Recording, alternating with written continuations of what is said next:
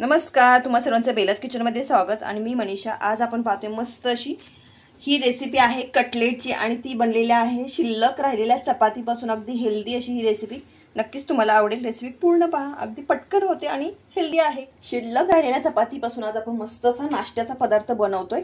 तर इथे मी पाहू शकता 2 चपात्या आहेत, अगदी मौसूत राहिलेल्या आहेत। ह्या कालची चपाती आहे आपली।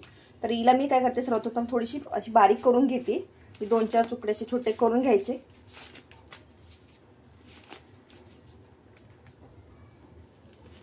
हे बघू शकता, इथे मी मिक्सरचं छोटं भांडं घेतले आणि त्याच्यामध्ये काय करते, हे आपण जे चपाती आहे ती बारीक केली ती घालून घ्यायची। थोडी थोडी घेऊया पहिली आणि याला बारीक करून घ्यायचं।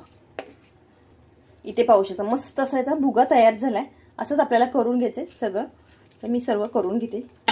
हे बघू शकता, चपाती मस्तपैकी बारीक केली। आता त्याच्यामध्ये कांदा मी इथे बारीक करून घेतलेला आहे।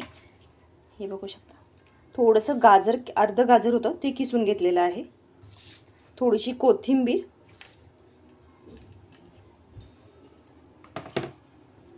हळद 2 चिमूटभर, गरम मसाला अर्धा चमच, मीठ घालते अर्धा चमच, हिंग 2 चिमूटभर।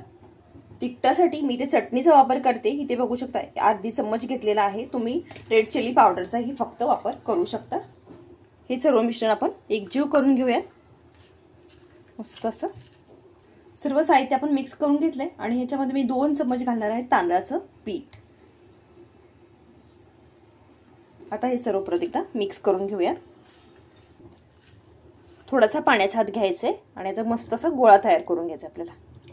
जास्त पाणी घालायचं नाही, जसं लागेल तसंच घाला आणि याचा मस्त असा आपण गोळा तयार करून घेऊया। इथे मी बघू शकता मळून तयार केले आणि याचे आपल्याला छोटे छोटे छोट्या अशा, जसं आपण टिक्की बनवतो किंवा कटलेट बनवतो तसे वेगवेगळ्या प्रकारचे शेप ही तयार करू शकता तुम्ही।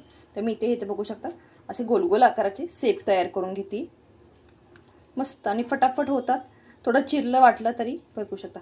गव्हाची चपाती आपली शिजलेलीच असते, त्यामुळे याला काही जास्त शिजवावं लागत नाही आणि मस्त असे बनले जातात हे कुरकुरीत। तर त्यामुळे मी ही अशा प्रकारे ही राहिलेल्या चपातीपासून मस्त असा हेल्दी नाश्ता बनवून तयार करू शकता। म्हणजे आपली चपाती ही वापरात येईल, म्हणजे तिचा यूज होईल आणि पौष्टिक असं तयार होईल। मुलंही खूप आवडीनं खातात ही अशा प्रकारे बनवलात तर।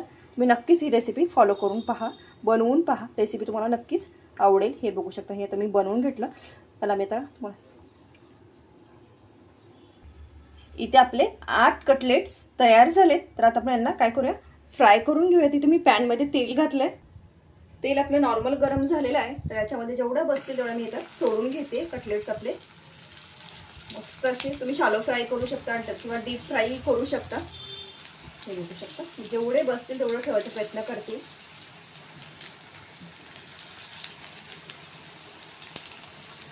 एकच कमी पडलाय राहिला। मस्तच।